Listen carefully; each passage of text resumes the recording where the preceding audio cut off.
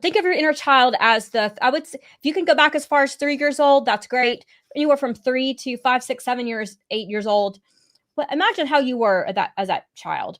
Even before, even if you had trauma or any type of things, your most authentic self, you're joyful, playful, you're curious.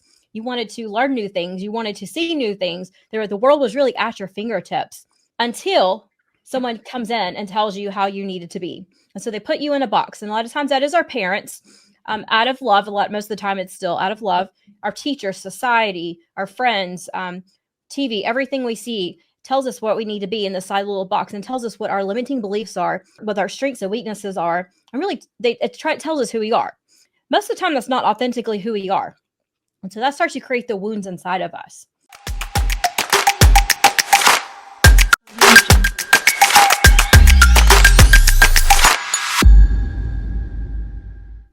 Hello everybody and welcome to Truehope Cast, the official podcast of Truehope Canada, where we take a deep dive into mental health's many physiological and psychological aspects.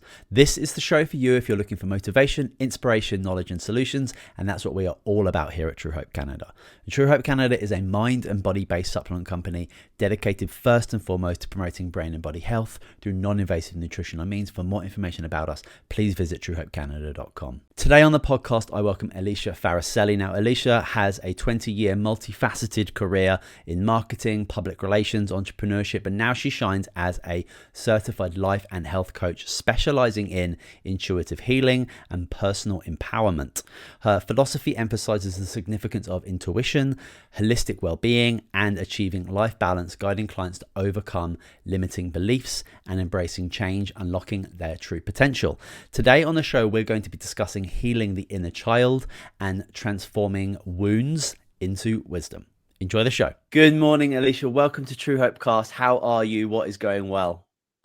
I am doing well. Everything is going well. It's a beautiful sunny day today. I got my camera working, so we're ready to go. That's what's going well. Yeah, we had a bit of technical difficulties, and then we also talked about the weather, which is super classic British thing to do. But I think you were about 23 degrees plus, and I'm about minus 15. So there's a massive discrepancy between our temperatures right now. But that's amazing that we're even able to do this with the technology that we have to have these conversations. So we're just going to roll with it, and I'm going to forget about your warmth that you've got over there. But before we get into our discussion today, and we're going to be discussing healing the inner child and transforming wounds into wisdom, which I just love that phrase. But before we jump into that amazing topic, can you just let us know a little bit about who you are and what it is that you do, please? Yeah. So I'm Alicia Farricielli. And what I like to call myself is an inner child specialist, inner child coach. So I go down kind of the typical, I'd say, life coaching path, but on a different level. So we dive deep into our inner child, what is causing the type of blockages people are facing, things they want to get further into their lives. And then I start to address those. And then I have like a kind of a 4-step process that I take my clients through to start to reveal these wounds, to start to heal them, connect them to the inner child, and to become an extremely creative, playful, joyful being instead of kind of the misery that the inner child wounds can bring people. Interesting. So what inspired you to become a life coach and inner child specialist? Where does the passion come from? Where does the drive come from? Yeah. Well, I find that probably most people that do this work have had some type of experience as far as their own healing journey, and that was part of mine too. So I was born into a super strict, conservative, super religious, very fear-based family. Had a lot of inner child wounds that were based from my childhood, that just very fear-based. And so that really started to create a lot of issues into my adulthood. And so once I started to just this little healing process about 10 years ago, I was like, little, it's a big healing process, started down that path. And I started noticing there was still something missing as I was healing. And it tied into, there's this inner child wound. And so it's funny how the universe works. It's like, oh, you want something? Here it is. Look at inner child stuff. So I started going down that path, started healing my inner child, and then started to realize that it was my clients. Most of their issues and most of their problems and situations they're facing were tied into inner child wounds. So started implementing that. And I'm finding that most people, for things that if they're stuck against a wall and they keep bumping up against the wall and bumping up against the wall, a lot of times it is tied into the inner child wounds that they're not really aware of. So start to bring those out and make people connect to those.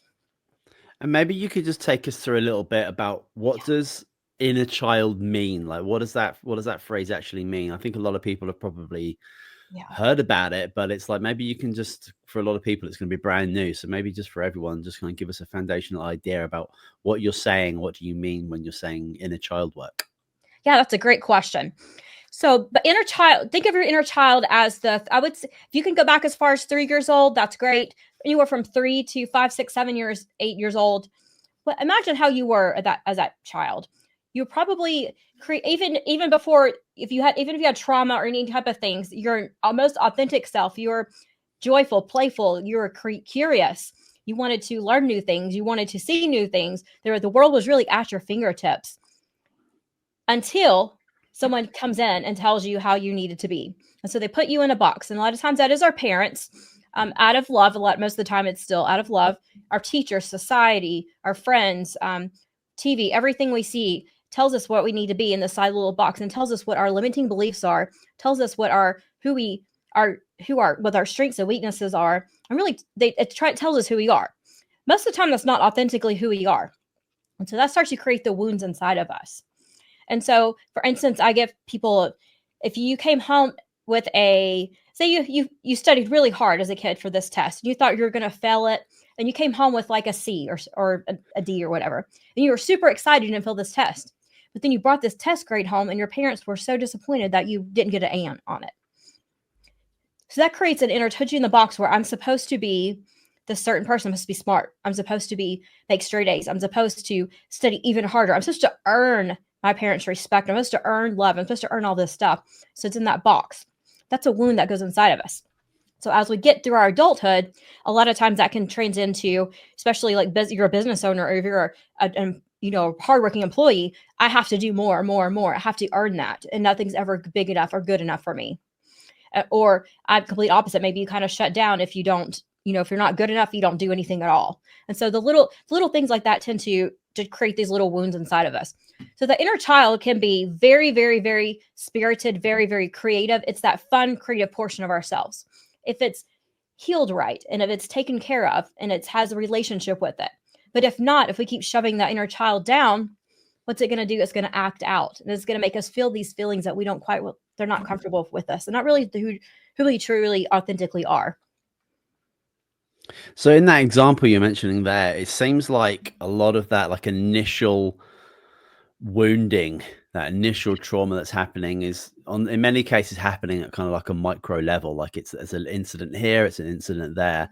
And and the example you used about the test results, it sounds just like a lot of those traumas begin with a lack of maybe like empathy and compassion and meeting kind of kids where they're at rather than that overarching very high expectation of those kids to meet success, whatever that means to that parent in that time. And you have to take into consideration that parents struggle, mums struggle, dads struggle, and even in those moments when that scenario where that child is bringing that test result, that might be going to a very stressed adult, therefore their response to that situation is going to be altered, but that's not going to take anything away from the experience of that child who's not being met with love or compassion or understanding or joy or empathy in that moment. So it sounds like there's not necessarily there's not a childhood need happening in those moments, and therefore it's actually confusing to the nervous system, confusing to the brain, confusing to the body of that child, because they're expecting something through a scenario, but they're getting back, let's just call it negativity. And that negativity has obviously got a frequency, it's got an energy, and it's connecting with let's call the receiver in here for the child. And it's not really computing because they were expecting something very different than what they're receiving back. Yes. And it could be the complete opposite. Maybe you have a parent that didn't care enough, neglect. So it has different qualities too. And I do want to preface and say that our parents, we have to give them much gratitude, forgiveness, and grace through this, because most parents, they do the best they can with what they know they have. And they do things out of, maybe that they did that for that test grade out of love because they wanted to push that child to do more. Yeah. But maybe that child was at max capacity. And that's just one simple example. There can be much more deeper stuff and, smaller stuff, such as a kid maybe called you ugly in class, and now you kind of subconsciously kept on to that belief system, that belief that you're ugly. So therefore you have to try a little extra, or you're a little high, I guess you call high maintenance inside. I don't know. Maybe there are things you value your exterior looks more than your interior looks because of things like that. So it doesn't necessarily have to come from your parents. However, a lot of the wounds probably did come from some type of caregiver. Yeah, it's complex. I mean, every single individual that comes and works with you, I'm sure they have a completely unique and different story, and the way that they've got there is very different. The paths that they've taken, the choices that they've made, like it's a very complex and unique terrain. But I guess at the end of the day, trauma within the body and accessing that inner child, I'm sure that pathway, there's a formula to obviously to gaining access to it and to working through some of those things with those individuals. Yeah, absolutely.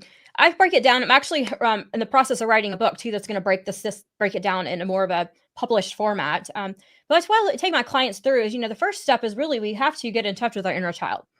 We have to acknowledge our inner child, and then all we need to do is sit with our inner child. And so one way to do that is definitely through meditation. It's through connecting, maybe find a picture of yourself as a child. Or some people don't have photos of themselves as children. If you don't have that, maybe it's something that reminds you. If you played basketball, maybe it's a picture of a basketball player that you really resonated with when you were a child, and really talking to that and connecting with that. And then we have to sit and we have to listen. We have to absolutely sit and listen, and we cannot judge. And sometimes it's don't even need to say anything except for, I hear you, I understand you, and what happened was absolutely not right. You have every right. You have to validate their feelings, because that's what the wounds are caused, because the feelings were validated. Imagine if you brought the test home and your parents said, you know what, I was really, really, really expecting you to make an A on this. However, talk to me about this. Are you proud of this or this grade? And from a non-judgmental, and the child to say, you know what, I worked really hard and I really thought I was going to fail this. So I'm really happy with the C or D, whatever. And so you're validated the feelings of that, and it's the validation of it that's missing. So once you validate it and you listen to it, then you're going to start the reparenting process. And that is, you know what, I'm super proud of you for, I'm just going to use the example of the test. I'm super proud of you for studying and making an effort on this test. I'm super proud you showed up for this test. You did all the things you needed to do for this test. And you know what? You did a dang good job with the making a C. I'm so proud of you for that. What did that inner child need to hear at the time to make it feel validated and loved and safe? And that's the 3 things it wants to feel is validation, love, and safety. Once we can give that to the child. I'm going to go back a couple steps first. When you start the process, make sure you're in a safe space. You want to make sure you're in a obviously physically, but emotionally, mentally safe space. You don't want to do this in the middle of, chaotic stuff, because your inner child's not going to connect, because it wants the inner child to communicate with you. So once we start the parenting process and we let it know that it's okay, but now we say, you know what, I'm here, I'm going to parent you. And anytime you have an issue like this comes up, talk to me, tell me. And your inner child will talk to you and tell you. You'll start to know that. Maybe not voice in your head, but you'll start to be able to connect the connections to it. And once you sit with this inner child on a daily basis, if you need to, monthly basis, however often, then your child's going to start to come out. It's going to start to be more playful. It's going to feel safe. It's going to feel loved. It's going to feel connected to you. And that's what the connection is. And so once it's connected, we're going to keep that going with our inner child. We don't want to shove it down. We want to say, no, I've already killed you. You're good. We want to connect with it. How do we do that? What's the best thing kids like to do?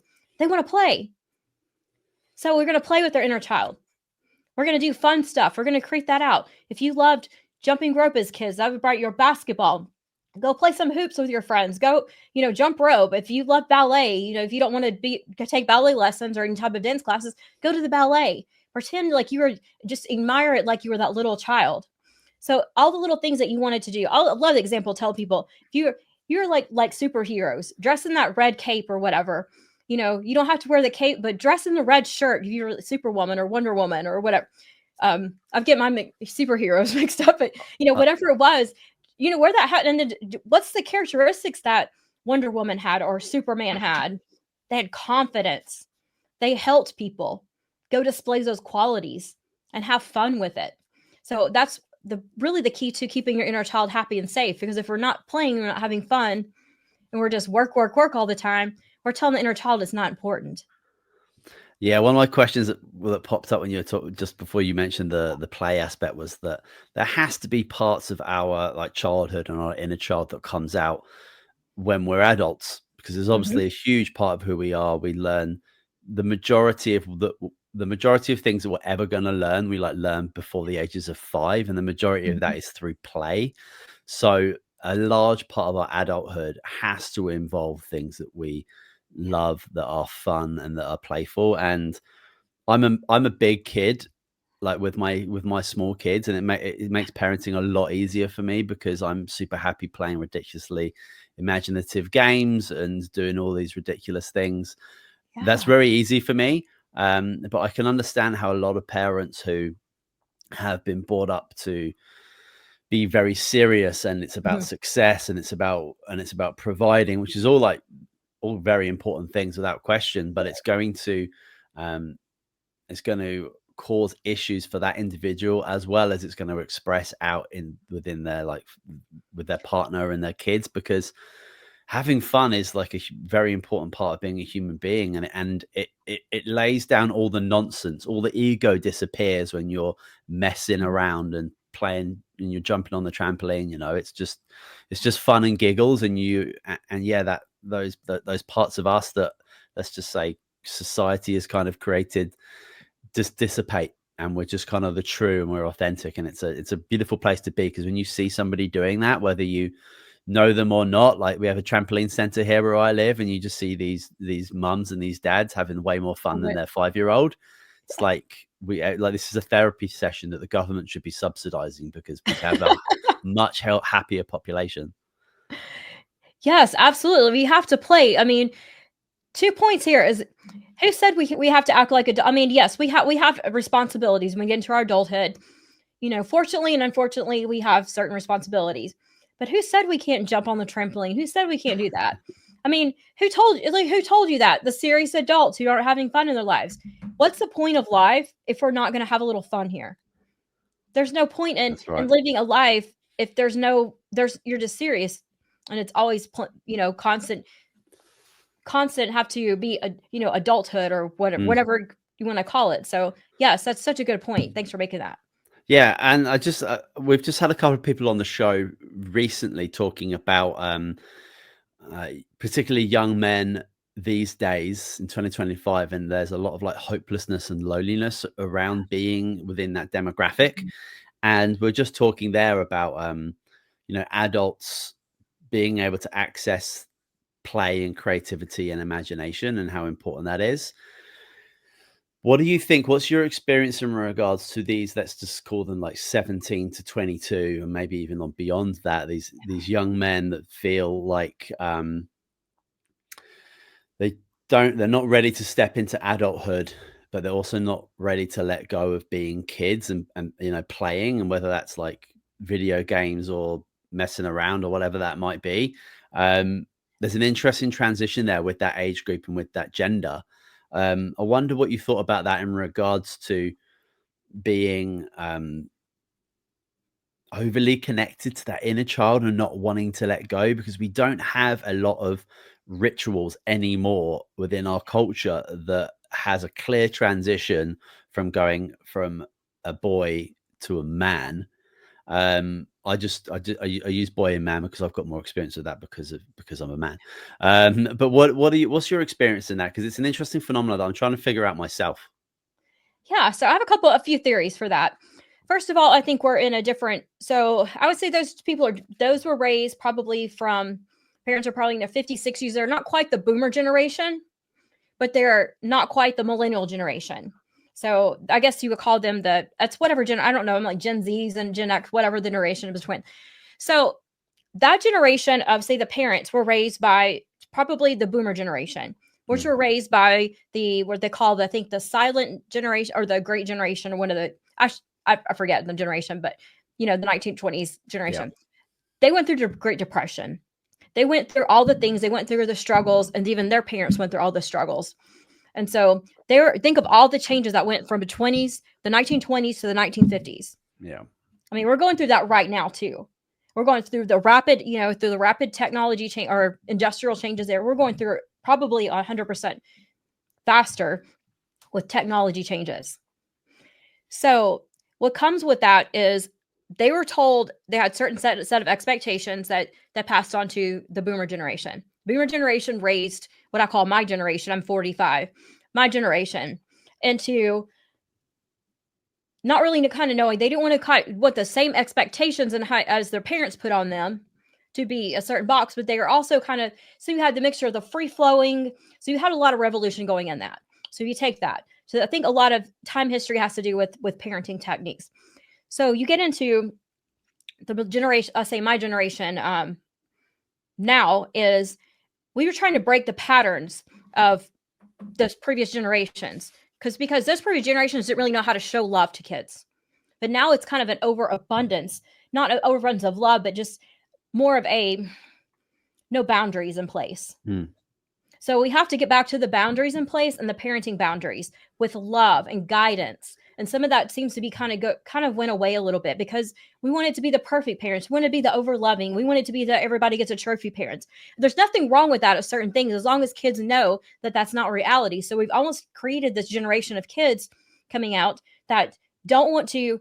First of all, it's not that they don't want to work, but they have higher sets of values of what they want out of their life because it's still in the inner child phase. So there's so many beautiful things that are coming from this generation. That's not all bad at all. Mm-hmm. But we do have a generation of responsibilities where really more parents took care of a lot more responsibilities and put a lot of responsibilities, I feel like, on the kids. It was more on we want to have you have a good childhood, but this good childhood, we're going to run you from activity to activity to activity to activity. And then we're going to come home. And now we're those kids were raised by two parents that had to work. My parents were raised by one parent. I'm saying typically, not always. I mean, that the 60s and 50s, 60s, and up 70s generation, I'd say, were raised by two parent households, but one parent was at home. Yeah. Really the mother and then the father. So, and I'm not saying there's I'm not saying there's right or wrong to this, and we're definitely a different time. I think that may have something to do with it. The second thing is we have so much technology going on that we have zoned out our emotions. That's funny. I was having a conversation with my husband how this is all going. So we have your 17 to 22-year-olds. What are they doing for fun? They're playing video games. What's video games doing? It's not doing creative activity. It's zoning. You're getting a zone and you're numbing out everything. So creative play to me is going out and doing something, interacting in person or interacting with yourself and using creative genius, bringing in that creativity in your mind. It's more getting into the right side of your mind. There are some, I understand, video games that do that. However, I think that's kind of where it's at. These kids were born into with a cell phone in their hands pretty much, or given one at a very young age. They just have so many numbing out techniques. And they haven't really been taught to tap into their emotions. So I think that's where the depression's coming through, because you have all these emotions that you're coming in numb. You're being taught to numb out. You can't stay numb for so long. Or you can only stay numb for so long. You can't stay numb forever, or things are going to start to trigger you. They're going to start to notice things that come up. So that's two things I've noticed that's probably contributing to that. But like I said, there's so many beautiful things in that typical generation. My daughter's 23. So I see part of this too. I think she kind of hit at the very end of it. But I see going through, some of her friends and kids with parents with younger kids in that age, kind of what they're going through. It's tough. And you got social media too. Yeah. That's on top of that we didn't grow up in that. With that was added onto us. So we were adults that were able to handle that. They grew up in this. This was something they were born into. That's a huge point in regards to we were adults when that type of technology came in, because, we don't really have a fully developed brain until we're 25 years of age. Therefore, if you are bombarding an individual with dopamine hits to an underdeveloped brain, your brain technically does not have the mechanisms available to sustain external stimuli, like impossible to do. So there's going to be developmental challenges. There's going to be parts of the brain that don't develop properly. Mhm. So, and then when you throw in the fact that teenagers don't necessarily eat brilliantly, I see so many kids drinking these like energy drinks that have got no place in society, and they are just doing so much harm to their brains and their bodies. And I mean, here at Truehope Canada, we're a mind and body based supplement company, and our flagship product is the most studied micronutrient formula in the world. So we know so much about teenagers and young kids, Mhm. what under nutrition does, especially with minerals. If you're an individual who's chronically mineral deficient, you are going to experience depression and anxiety and ADHD. Your brain is not going to function properly because you do not have the ingredients to produce the neurochemicals, to produce the pathways, to create the actual neurons, the myelin, all of those very important things. And when you throw poor nutrition into a Mhm. child that's like looking at their screens all the time, is very challenging for your brain and body to keep up with with that external stimuli. And I think that video games is an interesting point, because I remember playing video games probably from a pretty young age. I think maybe like 10. I remember playing like Yeah. the NES with my brother. Um, and then I'm just thinking about the particular games, because I remember like you would play a game like Lara Croft or GoldenEye, and could spend 40 minutes on a level, and then if you died in the game, you would have to go back to the beginning. So there was Mhm. actually this like progressive goal orientated reward system. But these games they have today have been developed very uniquely to keep them zoned out. So Yeah. there isn't this goal. So like you can play for an hour, an hour, an hour, and then you die. All of the things that you've accumulated within that game, be that, I don't know, like coins and gems or guns or whatever it is, you still have them. So it's very, and I find that very, very interesting. I guarantee there's books on that, on podcasts on how they Mhm. flip that gaming generation around. And also what's sad is like, you can game for 10 hours at home solo with no interaction with another human being Mhm. these days. But like, I remember taking my whole computer system, my massive monitor and my big computer piece, having to shove that in the back of my mum's car very Oh. carefully, and then take that to a friend's house, and we'd have these like LAN parties where we'd have like 7 or 8 of us with our stupidly long computers. And but we were there like with each other in like Yeah. in the same room, in like human space. And it's just so interesting and so different. And obviously I'm not saying people should do that now, but it's just these are the parts Mhm. of like Yeah. my childhood that have developed me into who I am. And I Yeah. couldn't imagine, I would certainly be, because I love playing computer games, I love playing soccer games and things like that. I would certainly have been one of these kids that would like get home from school, put my headphones on, sit in my $1,000 gaming chair, and just get into it until I couldn't keep my eyes open. I would have 100% have been Yeah. that individual, but I was so blessed I was born in 1984, and that just did not exist, because my brain would not have been able to handle it. My parents would have, not known how to handle it either. There's a big chance I would have been put on medication, because there was no way I was going to be able to handle school the next day after gaming till 2 a.m. It's just Yeah. not possible. So kind of went off on one there in regards to the computer games, but it's super All good relevant. stuff. Yeah. Yeah, and it's important that we take our own personal experience from it as well. And I just wanted to, there was a note I made right at the beginning of the show in regards to um, inner child work and like memories Mhm. from our youth. And I'm just thinking about my own, my earliest memory is a traumatic one for a Mhm. 5-year-old. And I think I was like Oh. 4 or 5, and something happened in regards to losing my like favorite bunny toy. And we drove 4 hours across an island to our hotel, and I've left him in this like shop. And it's super fun. That's the earliest thing I remember. Mhm. And I still kind of think about it now, and I feel sad. And I've shared that story with my kids, and they bring it up sometimes, and it's super interesting Aw. because Yeah. that's like the For me, and probably for a many, many years after that, it would have been a traumatic piece for me. Mhm. But like, what do you think in regards to like the majority of people's earliest memories? Are they like predominantly like joyful, happy ones going to Disney World, or are they like traumatic things? Is there much literature on that? That's a good thing. I haven't really studied a lot of that. You brought some good points. I'm like going to go bring out some research now for this. Okay.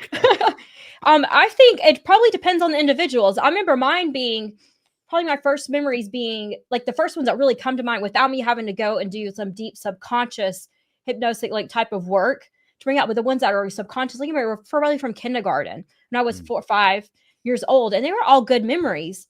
I mean, I remember coming out and like turkey. They brought a turkey for Thanksgiving. I went to a small private school.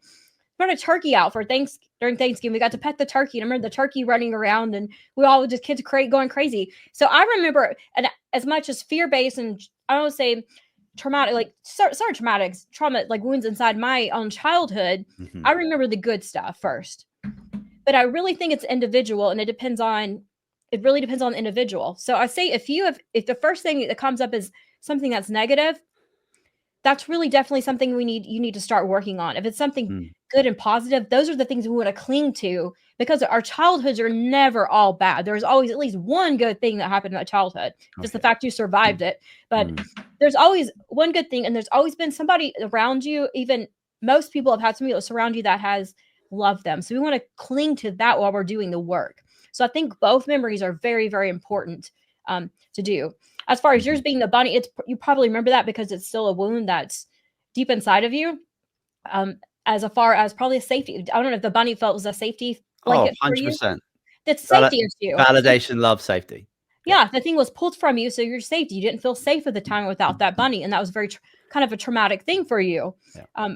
I tell people it's so funny because when I was about 2 or 3, and I don't remember the specific memory. My mom tells me is my grandmother used to own an antique store, and she had this Ronald McDonald doll and I fell in love with that doll.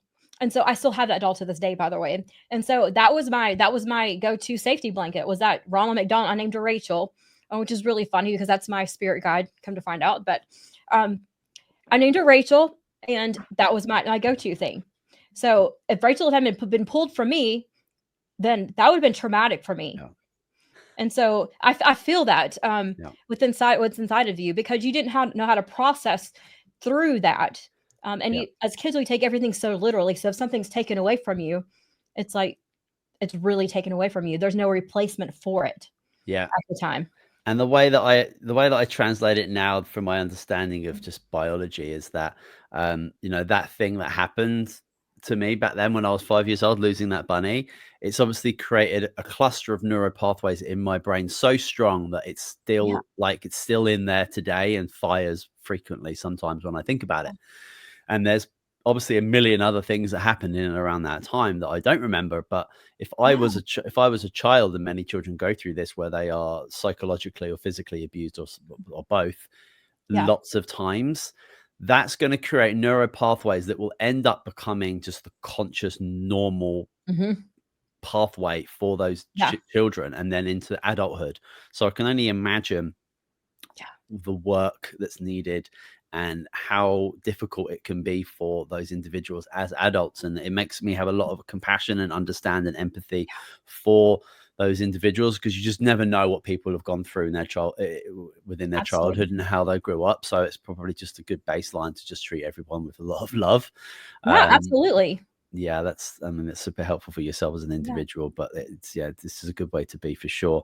Yeah. um I'd love to talk about like the typical misunderstandings surrounding inner child work and emotional healing, and how do you clarify those with the people you work with?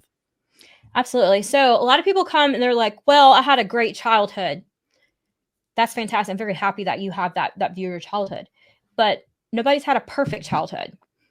Nobody's had a perfect because we're humans in a human world or human experiences, and there's things that are happening that our brains as a child just don't quite understand Mm. or they're capable of understanding. So that's great. So maybe it wasn't necessarily your parents. Like my parents were great. They're perfect. I had perfect parents. That's fantastic. Maybe it wasn't your parents that are causing this. So a lot of times people want to say For instance, if they, I'm going to give an example, let's take the relationships. You have somebody who have failed relationships. I failed, they think that's their terms. I keep failing in relationships. I keep dating the same person. They keep leaving me, or I keep leaving them, or I keep we keep having the same fights with the same, person. But they're like, but I had a perfect childhood. Okay, let's go back and take what are the arguments about? What if you keep leaving the same person, or you keep having a relationship, and then I don't want to be there, backing back out. There's some type of fear control, possibly a fear of abandonment, which could come to something as simple as what you had said about your losing your bunny. It could be something as simple as that. So once we start to heal that type of wound and realize that's inner child wound, but then we say, because I lost the bunny, did that devastate my entire world? Was I able to not move on? That was not true. I wasn't. And we have to give it time for that little inner child to love and respect and to mourn that bunny. Because if you weren't able to mourn, I'm just an example, mourn that bunny, and if you have parents that said, it's just a stuffed animal, we'll get you another one, which is so typical. And as a parent, I completely that's something I would have did. It's just a bunny, we'll get you another one, quit crying, it's no big deal. Because I didn't understand the inner child stuff when I was a young parent. So what's that telling a little child? What you have to say is not valid, and your feelings towards this bunny are not valid, so therefore you should not attach yourself to anything. Mm-hmm. And so the little things like that start to add up. So that's first. The second one is always having a wounded inner child. That's not true. There are wounds that the inner child faces, and new ones will come up. But if you know how to connect and to heal that inner child, it gets much, much easier to do it.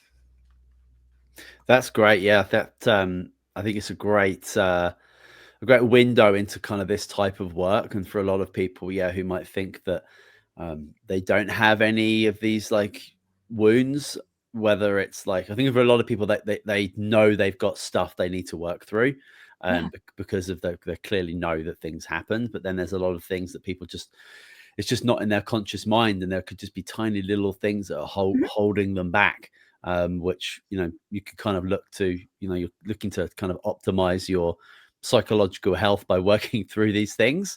Because you're just not completely conscious that they are that they're there and they're present, and they show up in situations where you might feel anxious or depressed, or you're not kind of centered or grounded or in a homeostatic phase.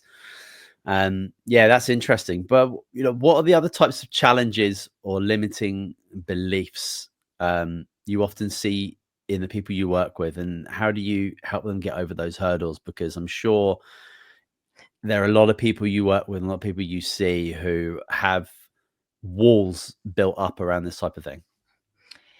Yes. A lot of it is, it's too painful. I feel a lot of people don't want to do the work because it's painful to go back. There is some pain involved, and we have to sit with this pain. You have to sit with your inner child, and you sit with the wounds and the cry, and you have to cry it out. You have whatever emotions, because we've blocked these emotions down inside of our system.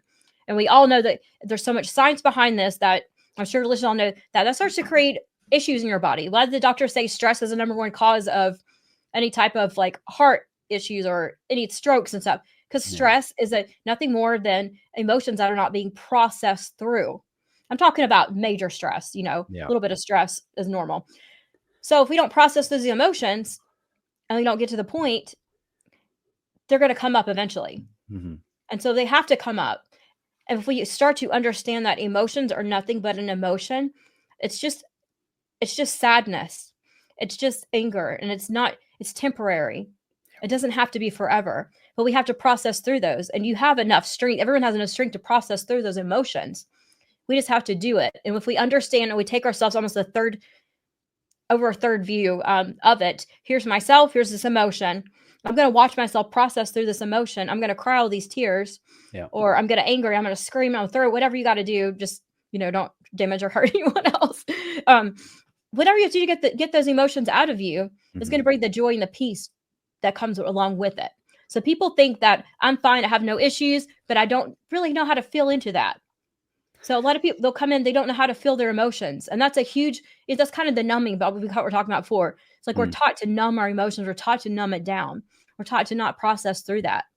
And that starts, we don't have a voice anymore. We don't have our bodies start to dysfunction, and we're not in a happy, joyful place. We're just going through the motions of life, and we're not Yeah. living that creative, fun part of ourselves.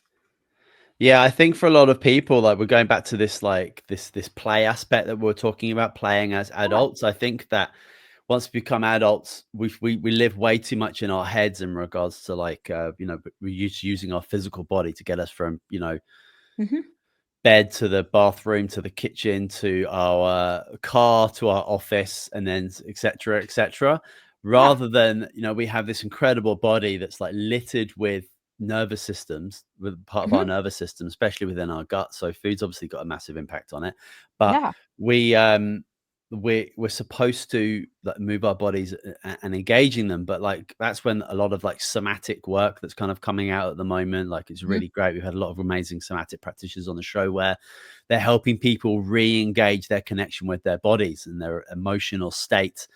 And I Yes. think I can't remember the name of the book, but I remember reading a book talking about how we have a lot more control over our emotions than we think. Like we've kind of been trained and thought that Hmm. emotions are something that happen to us and that we can't do anything about Right. it. But obviously, what we do know now is, you can recreate and rewire neurological pathways to turn that sadness that you often feel in those certain situations into something completely different, or just tone down. Yeah. Um, Obviously, sadness is a very normal, natural thing to experience, but it's when is that coming up for you, and has that is that sadness something that's been formulated over years and years and years of of stuff that's just not been worked through. So yeah, that's very important, the emotional piece. Yeah. You have to process and work through it. Emotions are not bad. There's no bad emotion. Just what we do with the emotions, how we respond to the emotions, that creates situations that become bad. There's nothing wrong with you to be sad or angry or upset. That's your human being. You're supposed to Hmm. be. That's how our bodies are designed to function, to process through. It's our that's our nervous how our nervous system knows what's going on. Yeah, How we connect our bodies and our brains and all that together is through emotions. yeah. And a lot of people are stressed, a lot of people are anxious, a lot of people are Yeah. depressed these days. We just see mental health just going skyrocketing through the roof, even though we've got hundreds of different psychotropic medications that, in my opinion, don't seem to be like, really like curing people or getting people better. Otherwise Right. we'd see those numbers come down.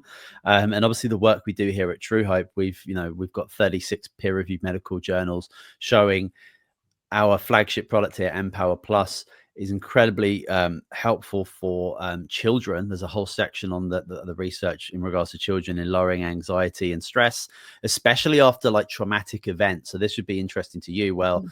a lot of this Yeah. research was done in New Zealand post earthquake, and being able to actually use Ooh. our product as Yeah. a mechanism to provide the body with the necessary minerals, antioxidants, and vitamins and amino acids to support the nervous system in processing trauma in the moment. So Mhm. earthquake, and then like splitting off these two groups into, not taking anything to taking this supplement.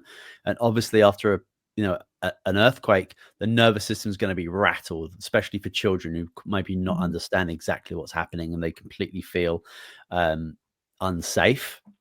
But if Yeah. they've got the love and care of people around them, and they've actually taken the products to provide the ingredients necessary to create chemicals that are going to rebalance their stress response, if that's not Mhm. there, it's very challenging to do that. And we've got adults, we've got teenagers, we've got kids out there who are so dysregulated with regards to their stress and their anxiety because of, oh my gosh, like nutrition, cell phones, all of these things, just stress of being a teenager.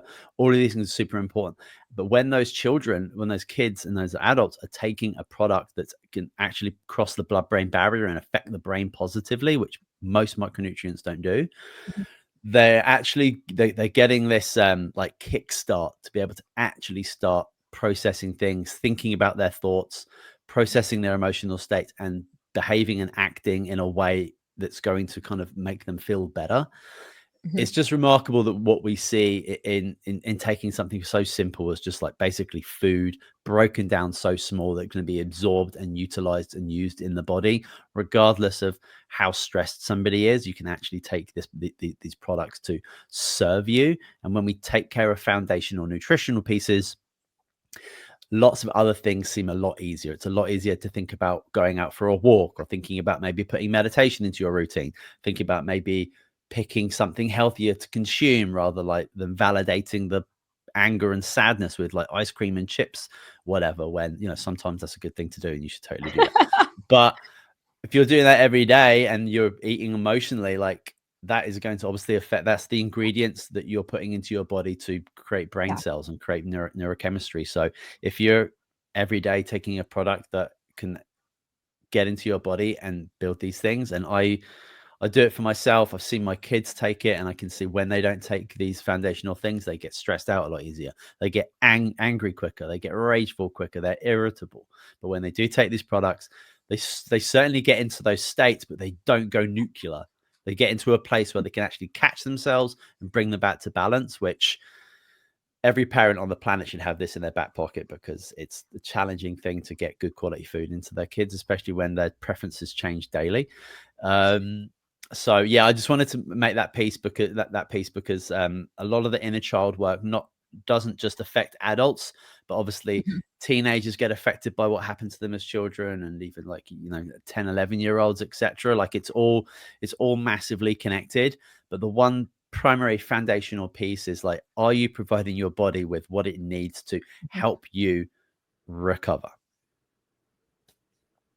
I'll Yeah. let you talk now, because I just went off again.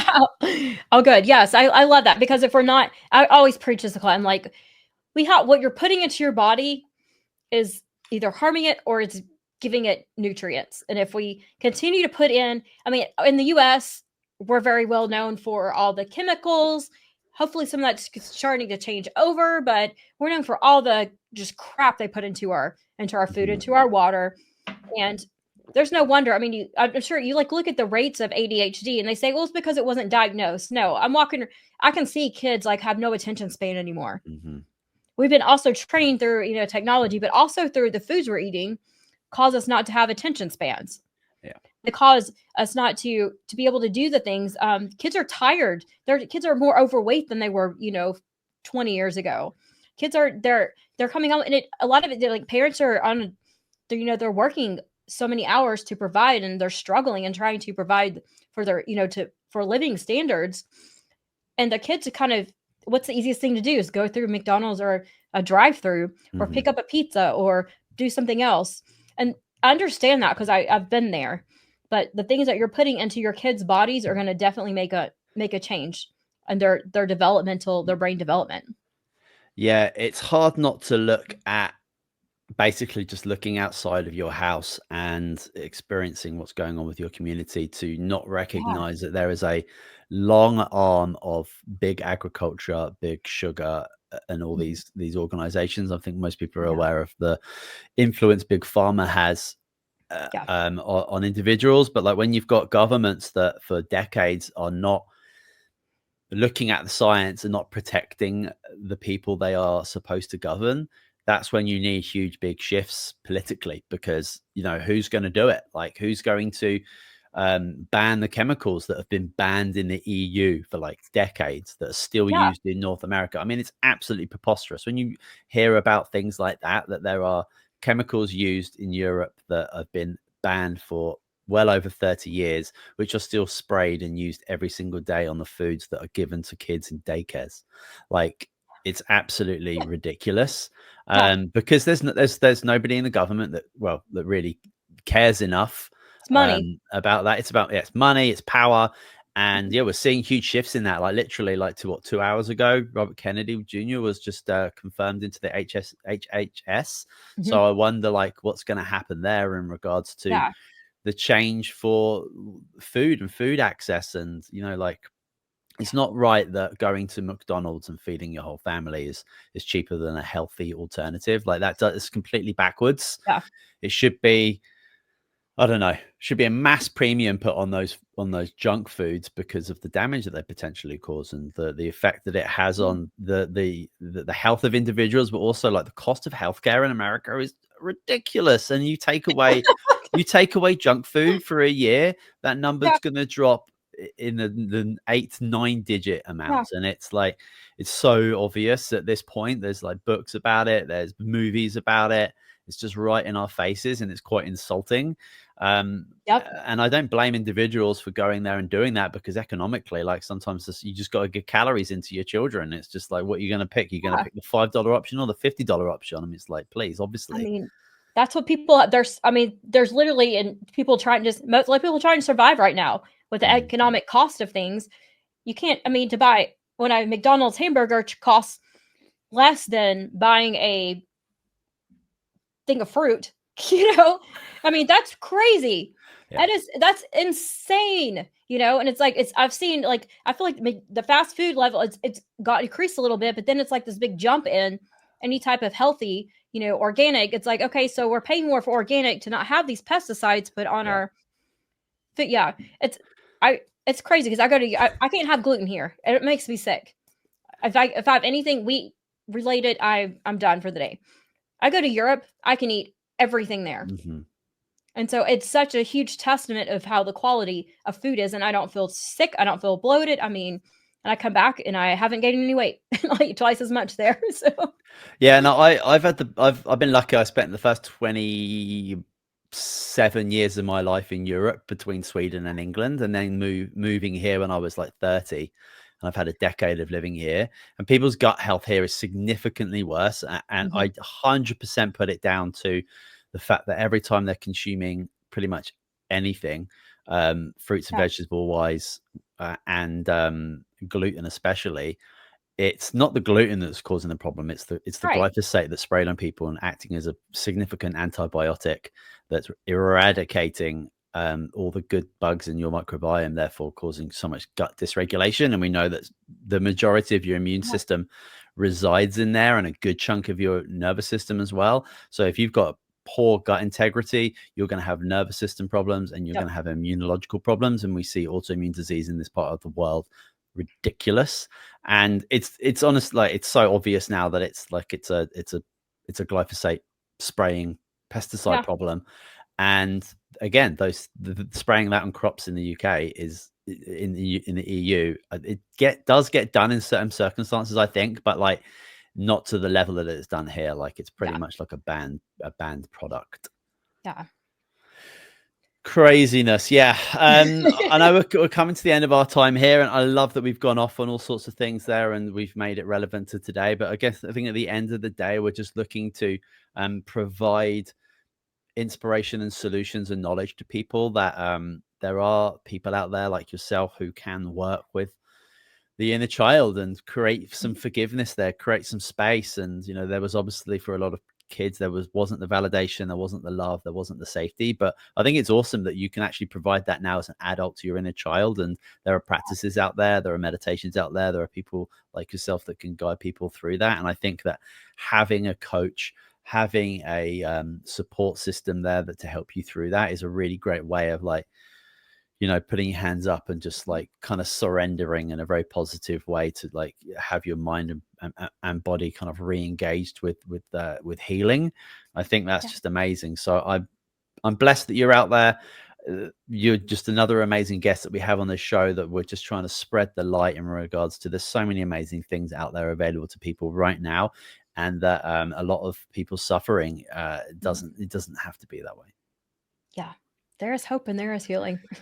There is hope and there is healing. I absolutely appreciate that. Yeah, that's very cool. Can you just let people know where they can connect with you if they want to check out your social media, check out your website, and also you've got a book coming out. Is that next year? When's that going to hit? I'm in the process of writing it, and I'm taking my time because I'm actually doing some extra deep inner healing on myself as I'm writing this, kind of opening up some wounds and going through that. So it's going to be a beautiful, beautiful, beautiful experience and book for people to read. So look for it the first of next year, maybe closer to that. All the information will be on my website too. Anybody who wants to get in touch with me can go to my website, aliciafarricielli.com. That's ALICIAFARRICIELLI.com. There's a book a link button up there. So click on book a link, book a call link up there. So book a call with me will take about an hour or less, or whatever time you need. If you just need a call and cry to me about your inner child, I'll listen to you. And I'll give you some tips walking away. And of course, if you want to work with me, we'll talk about what that looks like. Beautiful. Well, thank you so much, Alicia, for coming on to the show. I really appreciate it. And I'll make sure that all those links are in the show notes so people can get connected with you. And then when that book comes out, we'll get you back onto the show to talk more about it. And maybe we can do some sort of like giveaway, because we like to do that. Oh, I'd love, yes. That would be amazing. Let's do it. We have.